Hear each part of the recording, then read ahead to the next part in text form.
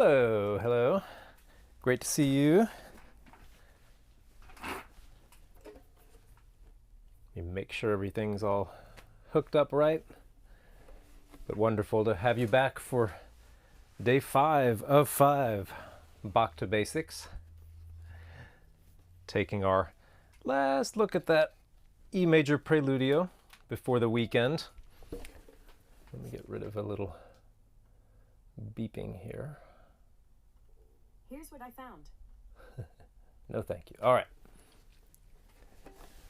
Great to see you. And, generally as the days have gone by, the assignments have gotten a little bit shorter, a little bit fewer in number. And the idea there is that, as you've gone along in your week, you've probably had ideas about what things need more attention from you, what skills, how many skills are new for you, versus ones that you're just sort of refining or taking a new sort of look at. So, I wanted to give you a little bit more open-ended time to work on those sections that need more, to work on the skills that need more, just so that you're going into the weekend with good energy, a little bit of extra energy, and not feeling too exhausted.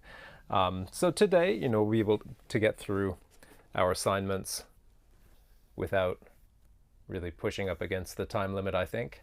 And as usual, I'll be able to leave some time for questions. So today's my last day to remind you that if you are seeing me somewhere else than summerbach.com, jet on over there. Summerbach.com is where you can register for Bach to Basics, which is free, and download all the materials and get a start. Doesn't matter if you're on, a 5-day schedule or whatever. These materials, the assignments, the exercises are just fun to take on at any time. And so I welcome you to the Bach to Basics community. So let's take a look. Let's take a look at these assignments. The first one being broken chords. Broken chords, I remember talking to a woodwind player once, and we were talking about scales, and they said, oh, what do you practice for scales? And I said, well, I do these, regular scales and arpeggios and then thirds. And, they said, oh yeah, I practice thirds too. And I thought, really? On the flute you practice thirds? And right, it was... So those are broken thirds, right? Sometimes if I'm playing double stop thirds and they just feel terrible, those feel like broken thirds. But any kind of broken chords, it's hard to play a measure of music that doesn't have some sort of broken chord to it, right? Unless everything you play goes in a straight scale pattern. And so the more we can recognize that early and get our fingers in position as if we're playing chords or double stops, the better. Better prepared we are, better in tune, more consistent. So if we look at bar 43 all the way through 50, this is a thorny section, and you may remember if you were part of the session yesterday that it was a place that I felt for myself that I was probably accumulating a little tension. So we're going to talk about placing fingers but also releasing fingers. But if you can start bar 43 with 1, 3, and 4 already down,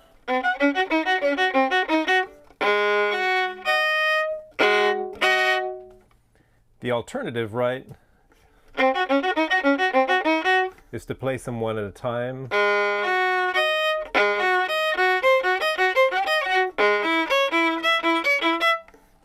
That's a lot of placing and lifting. When combined with string crossings, you're asking a lot of things to happen right at once, and there's just no need for that. So if you can even practice them as chords or double stops,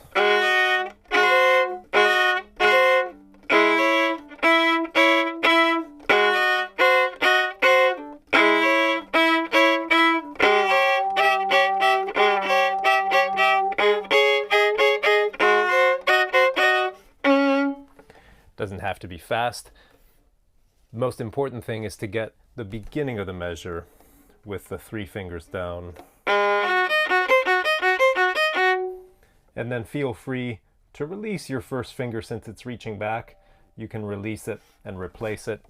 I think, for me that's worth doing, even though if I left it down it would be right where it needs to be. Usually I'm in favor of that. But with this reach back, leaving it down for so long, at least I felt yesterday, that was giving me a little more tension than I liked.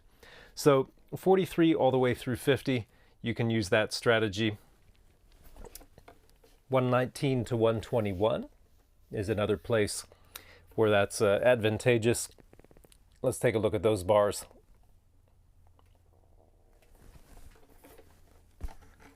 And this is the place where we keep having to reach down for the lowest string.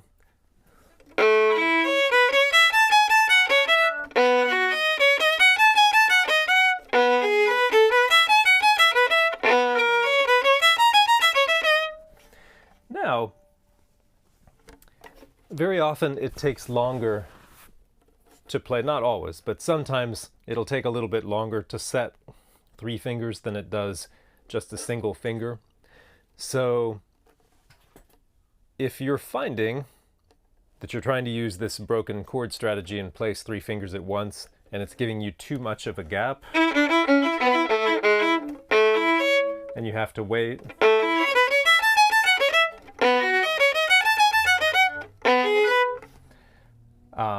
you can first try just reducing the gap and seeing if that works, right?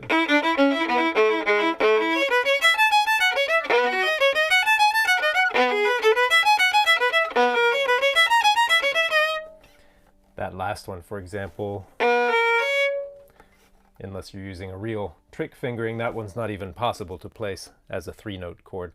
So what I do there, you could also do other times. If you want to set just even 2 notes,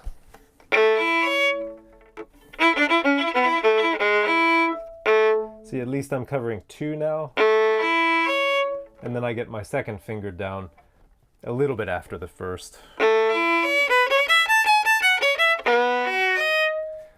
don't know if you could see there, I got my second finger down immediately, and then the 3 went down right after it. So I'm not technically setting 3 notes or 3 fingers at once, but I'm also not waiting until the last minute. So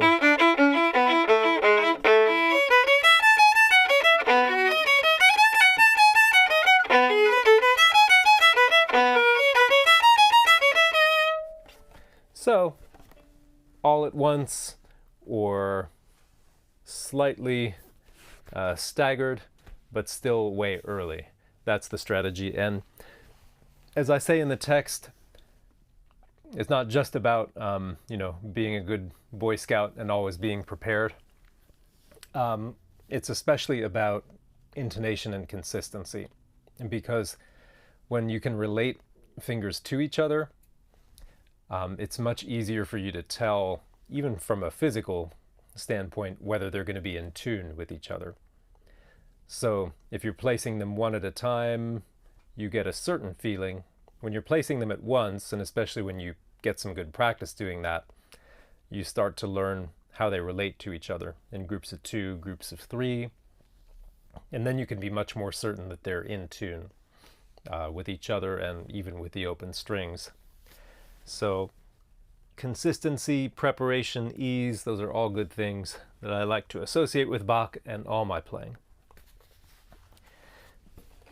Next is making and marking shapes. We've talked all through this week about shapes and my constant advice to you to mark it. There's just nothing to lose marking something on the page as long as you're doing it in pencil. Recently played with a soloist and I happened to glance up at her music and so much of it was covered in colored pencil, and that made me scratch my head because I wondered how long those markings had been there. And, maybe some of them aren't relevant anymore, but they can't be erased. So as long as you're doing it in pencil, or let's say you're using an iPad as I am here, and those stylus marks can always be erased, You know, one of the great things about tablets, by the way, iPads or similar, is that you can keep sets of markings. And that's really a cool thing to do.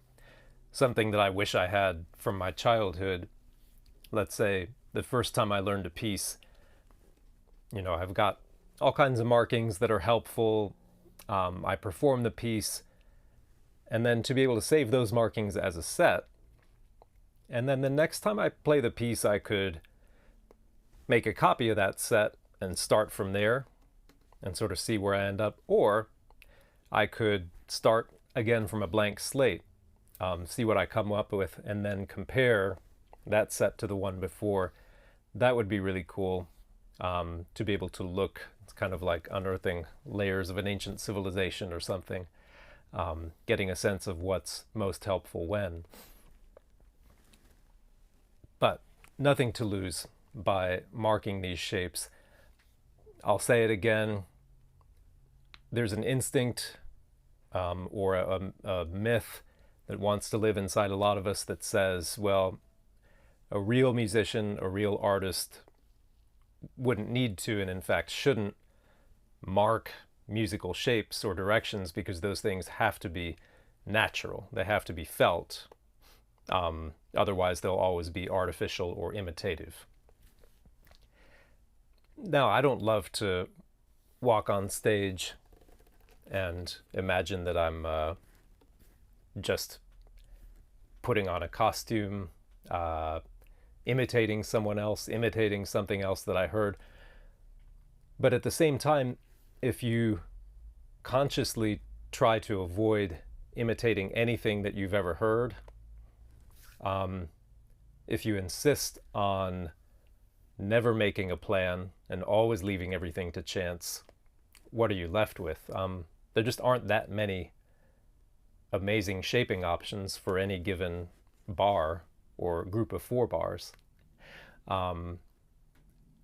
I just used to be constantly worried that, oh, if I do this, people are just going to think I'm imitating so-and-so. If I do this, they will have heard that before. They're going to think I'm not original. I shouldn't have been so concerned about that. Nobody is ever going to play like you. Your sound, what's inside you, if you're really bringing it out, there's not going to be anyone like you. There never has been anyone like you. I guess the last parallel I would draw is if you've ever taken a trip or taken a vacation. You've probably had that one magical trip or day where you didn't make any plans and somehow everything worked out, right? You know, you happened to turn down that blind alley and it just led to the most wonderful vista, and there was a charming restaurant that nobody knew about. And, you know, for the rest of your life, you'll remember that day when you didn't make any plans and it was perfect. But if you're like me, you've probably had a lot more experiences where, oh, I wish I'd just made that reservation because now I'm a little stuck. Or I wish I'd looked up some directions because I'm sure this amazing thing is around here, but I didn't plan for it. I've had a lot of great trips, a lot of great vacations where I planned my itinerary. So I think the best performances are a mix, right? We plan the major things, we rehearse them in our practice room. Maybe we even get to rehearse trying them out in front of people, rehearse performing them. And then the little details, of course, we can leave those. We're flexible, depending on how we feel, what our energy is. As we get more experienced, we can start to feel the room, feel the space we're playing in. What's everyone's energy there? What do our listeners need? That comes with confidence and experience. And those things get built by making plans and following them. So, extensive background for the fact that there's hardly anything marked in this piece, right? And this probably occurred to you, but you can't really believe that Bach intended this music to be played all the same dynamic except for those bars where he marked forte and piano, right? Particularly in orchestra, we get so well trained. We're supposed to play what's on the page. Got to get really good at playing what's on the page. And so if there's no dynamic change, then we don't make any dynamic change. We know that can't. Bach was too great a musician, too great an artist. If he wasn't, he couldn't have written music like this. Too great an artist to want or to expect that people would play every note the same level. So I hope we're all past that idea. So then the question is, how much license, right? How much shape must we put in? How much is effective? How much is too much? How much is in bad taste? I think that's what being a musician and being an artist is all about, right? Playing with those boundaries, testing them out. Far too many of us never push it. Most people stay way, way, way too safe, and they never explore. Either because they're afraid in an aesthetic sense, but I say it's more often because they're afraid just from a technical standpoint. They're worried that they don't know how to accomplish these things on the instrument. So if I can give you anything from this whole week of Bach to Basics, it's the confidence to know that there are ways, and they're not so difficult ways, to change the kind of sound you make on the instrument and change how much sound you make. And then what you do with it, that's the real fun. So, in bold, I say be deliberate about your shaping. We've talked about bar 8 before,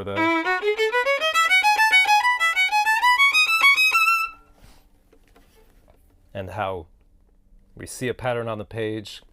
There's a shaping idea that goes with it, i.e. a crescendo. And then there's a physical way to make that happen.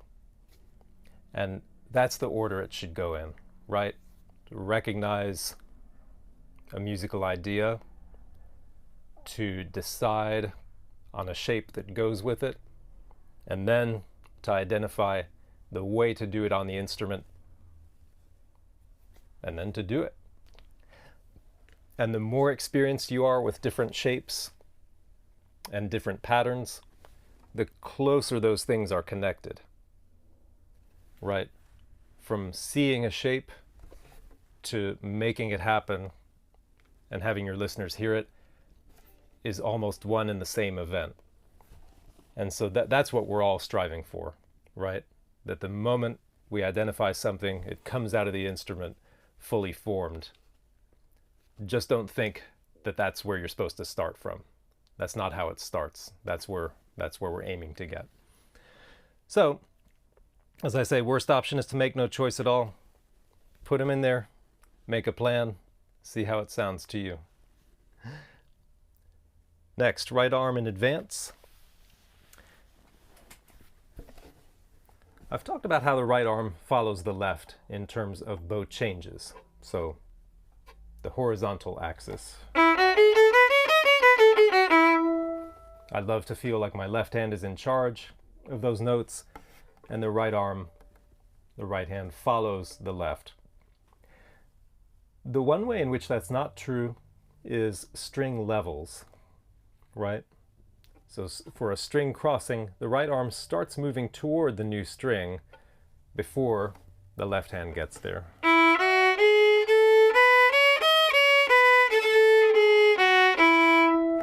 Although sometimes, hopefully, your left hand can also move in advance. But that right arm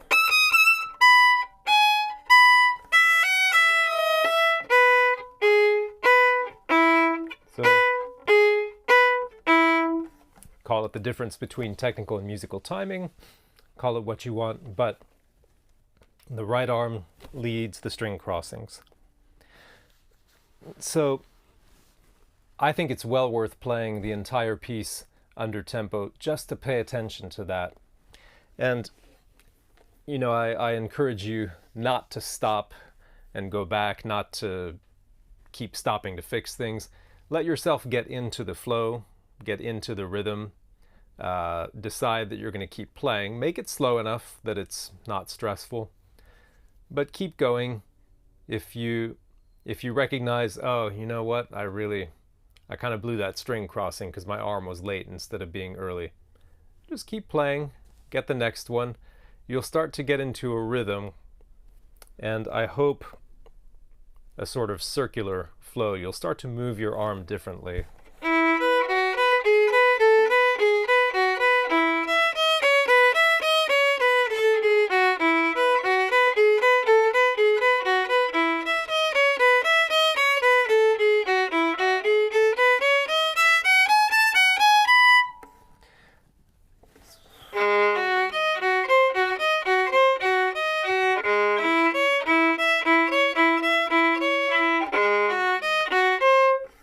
So that you can put all your attention right here. I'm thinking of this part of my arm basically when I'm imagining what it is that's moving me from string to string or from double stop level to double stop level.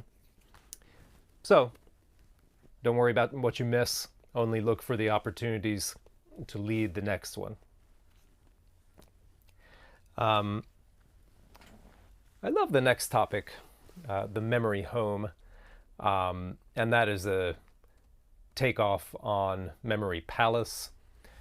I don't know how many of you are already familiar with the idea of a memory palace, but it's a well-known technique for people who do serious memory work or memory competitions. For example, trying to memorize randomly shuffled decks of cards or memorize the digits of pi or really memorize anything at all. The concept of a memory palace, very useful, and I write about it in the text, but I think there's something to be said live as well. The idea is that you take a physical location, something with which you're very familiar. So I call this memory home because I want you to think of your home, wherever you live, and to imagine that you're going to take someone on tour of it. And so the first thing you need to get straight is what route you'll take through your place. And just to make it simple, we need about, maximum something like 10 stops on our little tour. So even if you lived in a one-room hut, right, you could come up with 10 little stations to take people to. There'd be just inside the welcome mat, right inside the doorway where they take off their shoes. Then maybe it's over to the fireplace and tapestry on the wall, whatever it might be. Come up with a route. If you have more than one room in your house, imagine the route that you would take. If you need or want to add the hallways or passages in between, that's fine. But just get straight what that route's going to be and rehearse that a little bit. Imagine yourself in each place. And we take a physical place because it's very easy for us to imagine moving through space, through physical space. Memorizing music is a little strange because some people are visual learners and they can imagine themselves progressing in a linear fashion through the piece, from left to right, from up to down. But music exists in time and not in space, except for the sound waves that propagate. So the concept of the memory palace, or the memory home, is that we can actually move through physical space while we're moving through time. So I'm going to break the preludio up into sections. Your sections may differ from mine, or they may be exactly the same. I spell out what my sections would likely be for this: 1 through 16, 17 through 28, 29 to 42, etc. That's in the text of the assignment. And then I've got to associate each section of the preludio with one stop in my home tour. So I'm going to start by, opening the front door and associating that first section with In my house, you kind of walk right into a family room. There's no real entryway. So, opening the front door, and here I'm standing in my family room playing this.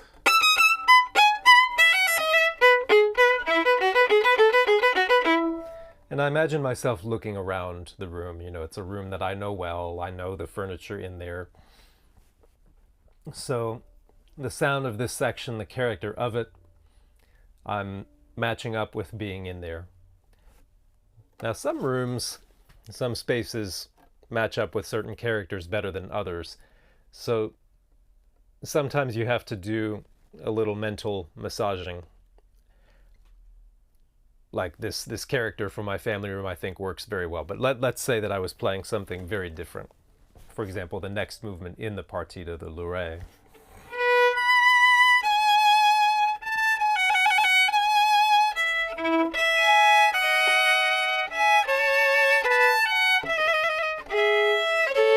Something like this. It would be a different feel for my family room, right? To associate it with that character. But it could be done. Maybe it's a certain kind of gathering that's happening there. Maybe the light's a little bit different. Maybe it's a different time of day. There may be something cooking in the kitchen that I can get a sense of. All your senses, whatever you need to do to associate the section in question with that place. And so, if I'm saying that that section for me is going to last through bar 16,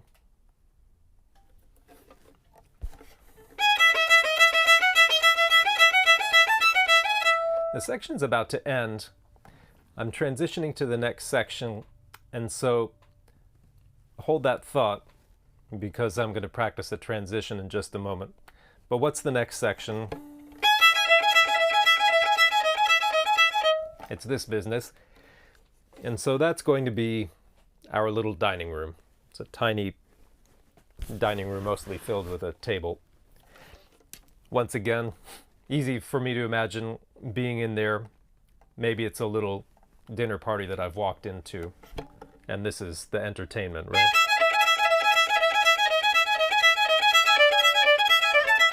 Walking around the table, you get the point. So I need to practice the transition from that family room into the dining room. So it's just the last few bars of one into the first few bars of the other, and I do imagine myself walking from one room into the other. Now I'm going through the doorway. And I've done it. I'm in the dining room entertaining the dinner party.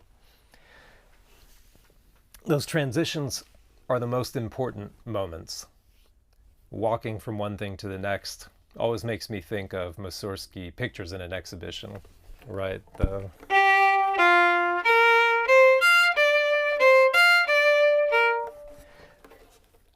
Those promenades, and the different promenades have different characters, right? Depending on what painting we're walking from, which one we're walking to. And so it's a similar idea here. Now, I can't compose a separate promenade music, but the transition between different sections will take on different characters depending on what I'm doing. So I need to match the little walking transition to the character. So if it's the last two bars here are this subito piano. So I'm actually going to imagine myself walking in that fashion. So as I'm going through the doorway into the dining room, maybe I'm creeping very quietly because I want to surprise the dinner party. Then I announce myself.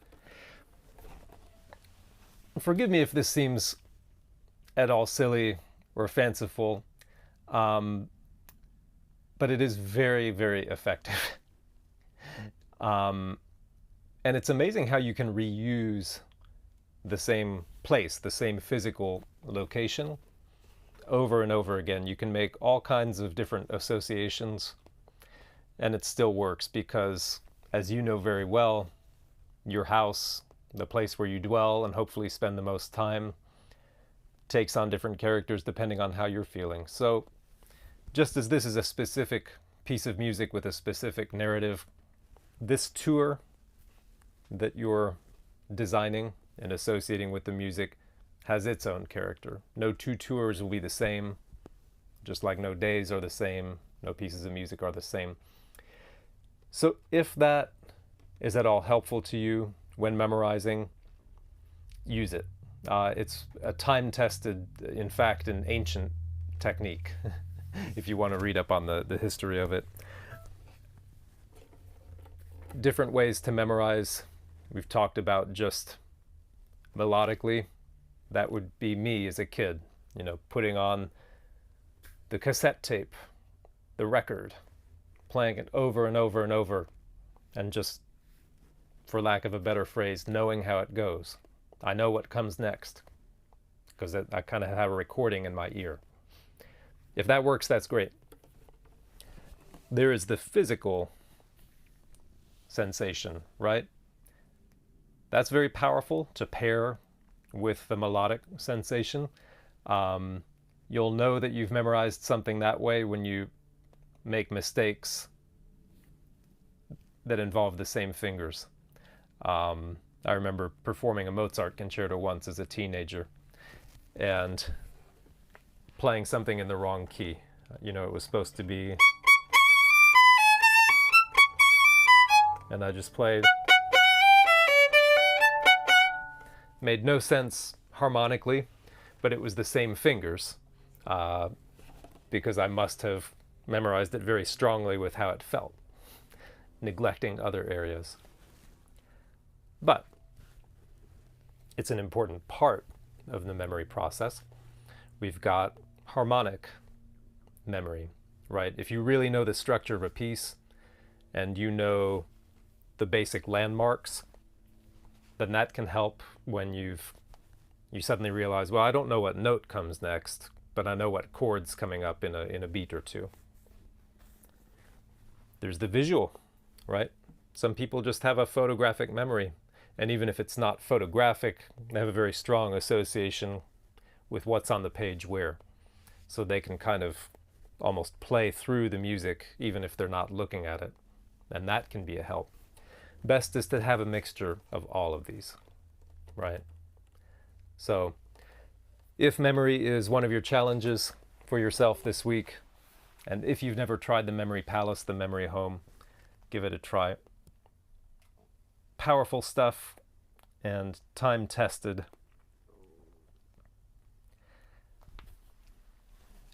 And then my last assignment for you today is to finish with a run-through. And, I think with a piece of this length, you could stand to do 2 run-throughs. Your first one might be a test of your recording equipment if you're planning on making a recording over the weekend. Never a bad idea to just run through that process once, which is setting up the camera, maybe it's a phone, whatever it is, microphone if you're fancy enough to want to be using that, to set these things up, mark where you're going to stand, perhaps write down anything that you need to do. If there's a phone that you need to turn off, there's an air conditioner that you need to turn off, write down the steps that you need to take. If there's a dog that needs to go in another room for a few minutes. Practice hitting record, standing there, and then do a run through. Don't worry about how it sounds or how this test recording is going to sound. But once it's done, you can look to make sure the camera was running okay and that you're getting audio and that it looks and sounds fine as a recording. You're rehearsing the process, right? And then you could do a second run through after a few minutes break where you're more evaluating your performance. If memory is going to be a part of that, then yes, you're also testing your memory. But I do encourage you not to get too self-critical. if you can come up with one area, one wish for your weekend recording, that's usually a great thing to do. Sometimes for me, I run something through and I think, okay, that felt pretty terrible. But I'm glad I did this because, I really think tomorrow could feel a lot better. If I'm not so concerned, this time I felt like I had no time. From the moment I put the bow to the string to the end, I felt like one thing was crashing after another, and I just never had any breathing room. Well, that's a great indication that, maybe the tempo I'm playing is just too fast, right? And so my last thought before I record the following day could be take a step back, take a click off. Other times, I'll do a run through and I'll think, yeah, that felt so under control. Like I just knew what was happening all the time. And I kind of like that, but it was to the point that I felt nothing was happening. I felt like I was making the same sound all the time. So, my wish for tomorrow is not just to take more risks. It usually doesn't work to say, I'm just going to go crazy. I'm just going to play more creatively. Usually we need a little more than that to go on. So I might think of a couple specific things near the beginning to say, you know what, tomorrow, let me start myself off tomorrow by really projecting this shape or being really clear about these first 2 or 3 characters in the piece.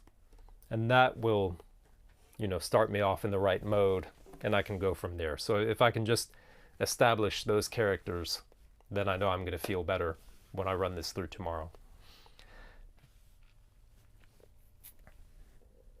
So last, some encouragement, because as I say in bold in the text, we have packed a lot into just 5 days.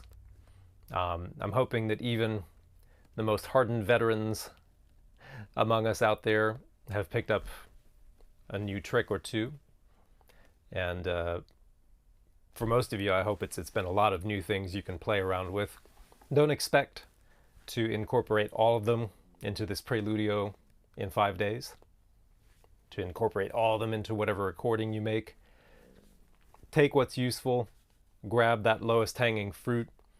You're going to hopefully hang on to these assignments, come back to the Back to Basics course, whether it's to go through the Preludio again sometime later on, or to take these assignments, these concepts, and apply them to other things you're playing. We're going to get to talk a little bit later on about learning some more Bach with me in this style, if that's what you'd like to do, because I'm ready for you. So let me put an eye to the chat now and see what questions and remarks you might have. We will get a chance to do some more of this, by the way, on Tuesday, and I'll repeat this again at the end. But on Tuesday, and I'll send you some information on this via email, we're going to have a wrap-up. I'm going to be very curious to see how your recordings went, those of you who made them, and to get some more insights from you about what you got out of the Back to Basics week. That's going to be Tuesday at 9 a.m. Pacific time. That's noon Eastern. And it'll be more chance for some Bach Q&A.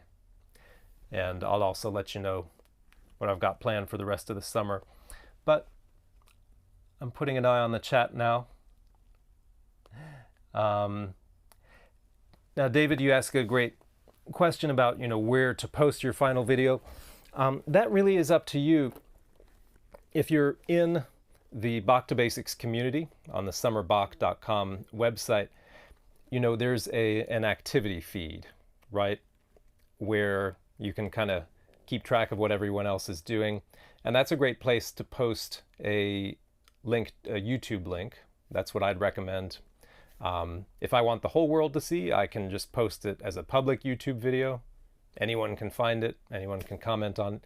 If I don't necessarily want the whole world to see, I'll post it on YouTube, but as an unlisted link, not private or password protected or anything, but just unlisted. That means it doesn't show up in anybody's searches on YouTube or Google.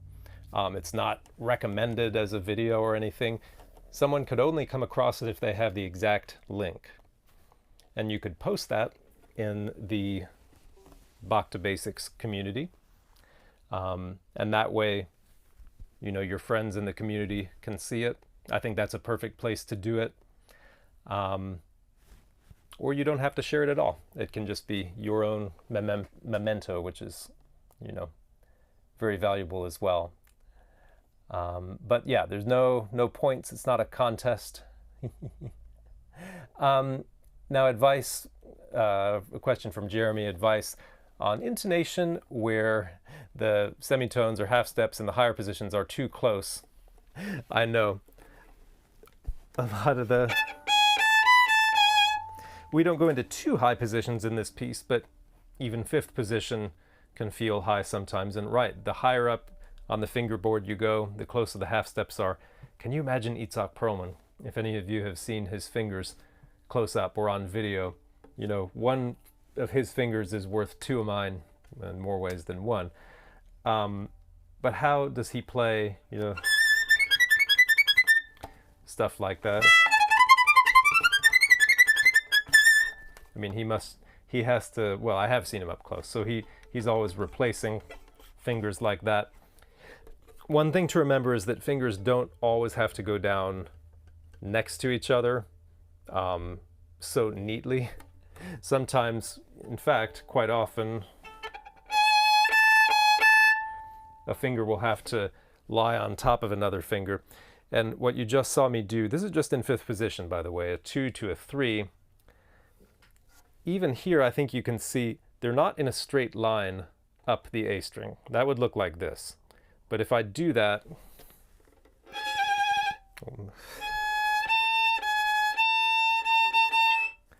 that's too high. Instead, what I'm going to do, that 3 is going to be squeezing against the 2 a little bit, and it's going to be closer to the E string side of the A string. So that's a way to get it closer.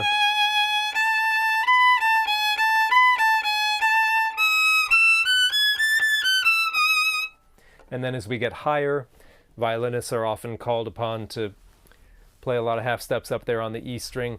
I'll have to lift more fingers. I love leaving fingers down when I can, but sometimes I got to lift them and replace them way up there.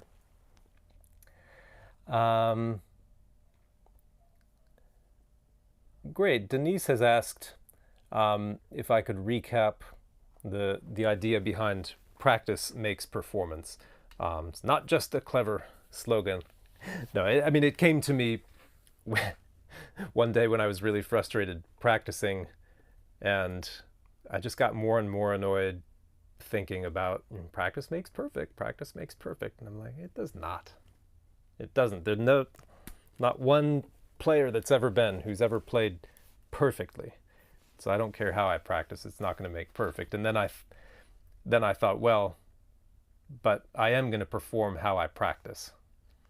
So if I'm not happy with my practicing and I feel like I'm playing badly, that's probably not a great sign for how I am going to perform.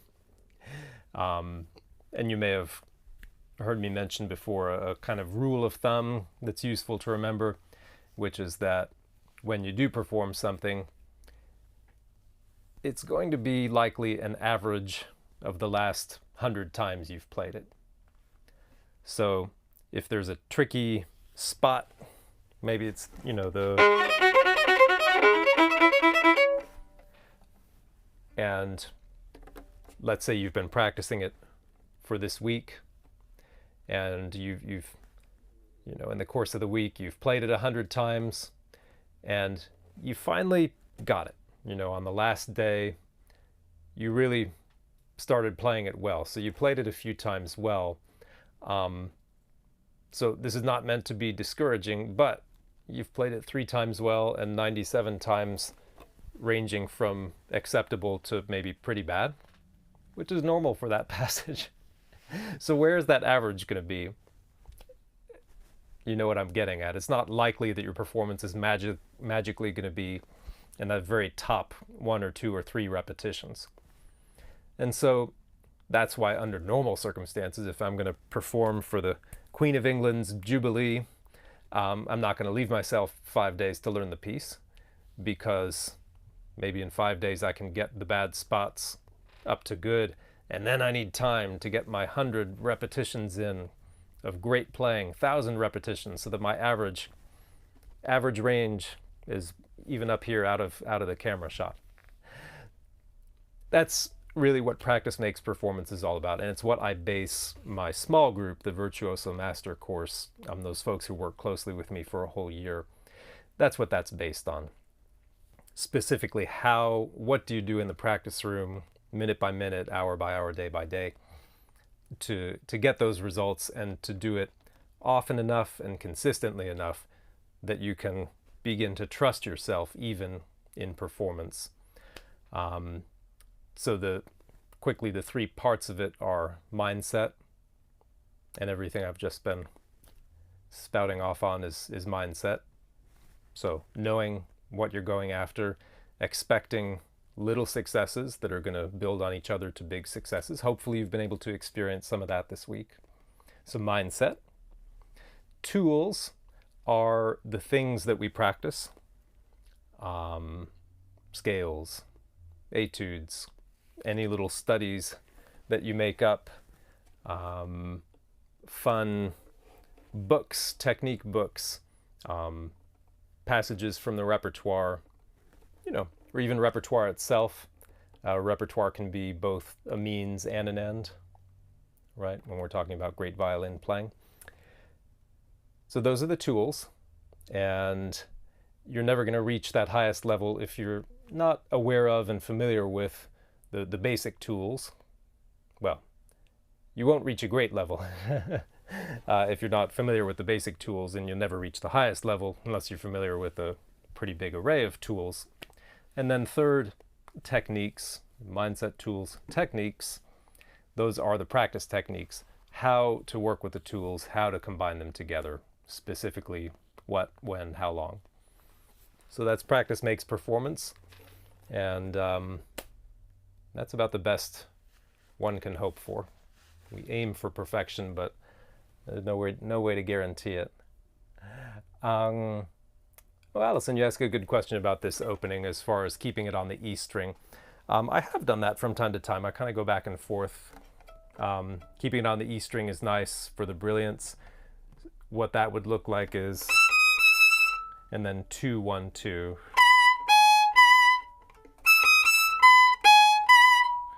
Or you can do straight 4th position and then 1st position. Or the first option I gave you for 2, 1, 2.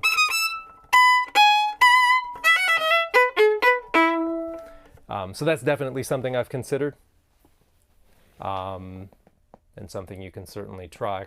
I like the brilliance of it.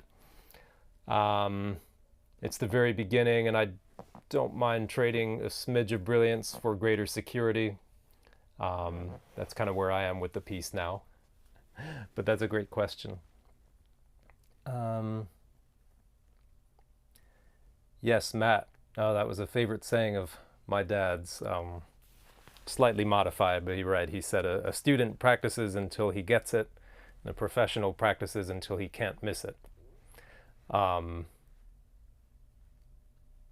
right, I have had to give up on the idea a little bit of can't miss it.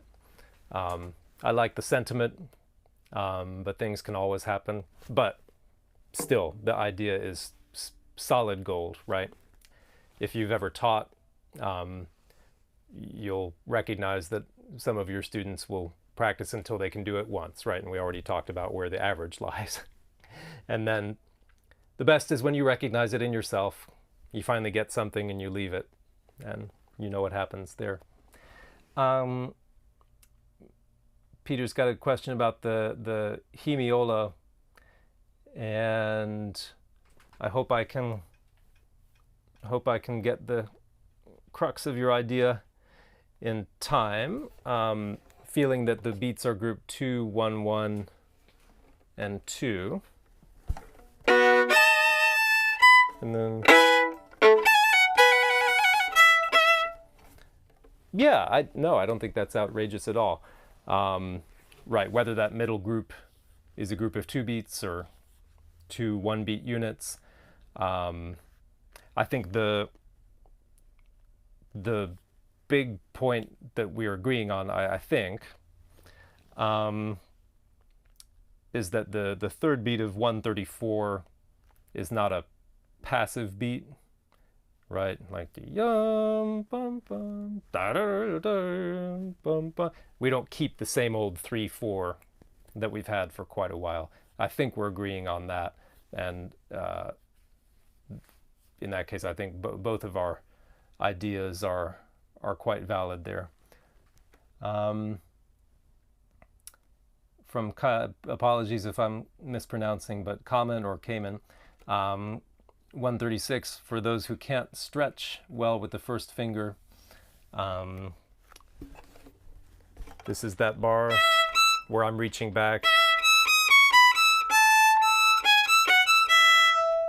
And particularly on the viola, that might be a big reach. Probably my second option would be to do 4/4, and I think that's what you're mentioning. Yes.